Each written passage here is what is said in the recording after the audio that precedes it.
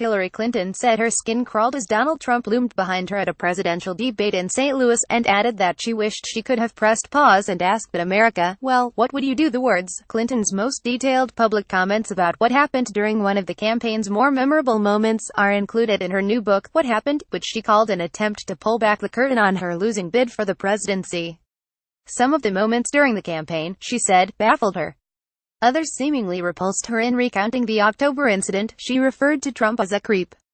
The book comes out September 12, but audio excerpts, read by Clinton, were played Wednesday morning on MSNBC's Morning Joe. In the recording, Clinton noted that she wrote about moments from the campaign that she wanted to remember forever, as well as others she wished she could go back and do over. The moment from the debate appeared to fall into the latter category. This is not okay, I thought, Clinton said, reading from her book. It was the second presidential debate and Donald Trump was looming behind me. 2 days before, the world heard him brag about groping women. Now we were on a small stage and no matter where I walked, he followed me closely, staring at me, making faces. It was incredibly uncomfortable. He was literally breathing down my neck. My skin crawled. It was one of those moments where you wish you could hit pause and ask everyone watching, well, what would you do? Do you stay calm, keep smiling and carry on as if he weren't repeatedly invading your space, or do you turn, look him in the eye and say loudly and clearly, back up, you creep. Get away from me. I know you love to intimidate women, but you can't intimidate me, so back up. The debate took place 2 days after Trump was heard bragging about groping, kissing and trying to have sex with women on the Access Hollywood tape, comments made in 2005 on an apparent hot mic. Afterward, some Republican critics said Trump should drop out of the race.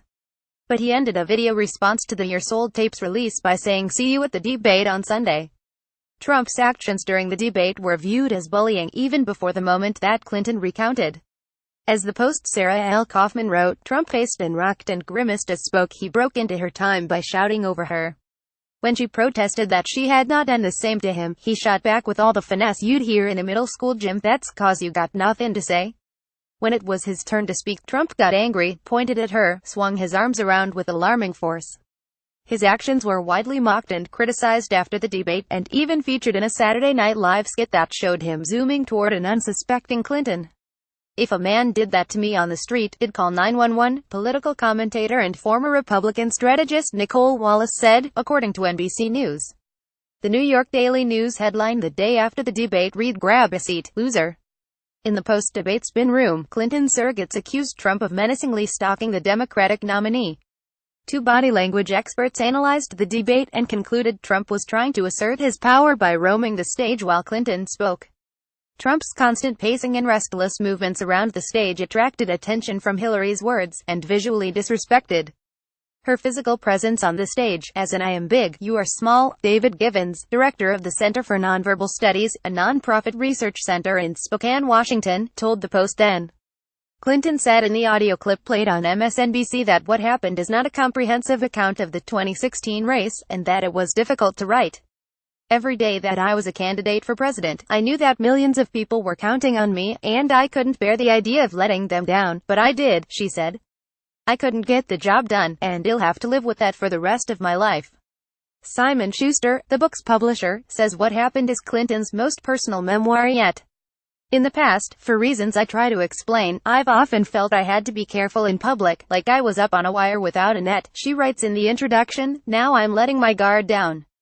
Immediately after the election, Clinton kept a low profile, though she was occasionally spotted hiking in the woods by her Chappaqua, NY, neighbors. SNL even poked fun at the hubbub surrounding her Sylvan whereabouts in a sketch called The Hunt for Hill.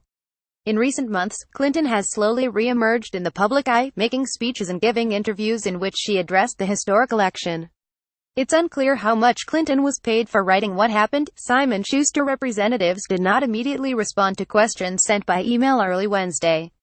The publisher never publicly disclosed how much Clinton received for her 2014 book, Hard Choices, though in 2000, Clinton reportedly was paid about $8 million in advance to write a memoir eventually titled Living History about her years as First Lady, according to the New York Times. Read more. Hillary Clinton made a rare appearance at The Color Purple, and got 3 standing ovations. Is voting for Hillary Clinton a symptom of low testosterone? This Florida doctor says yes. This mayor won't stop posting racist Obama memes. He won't resign, either.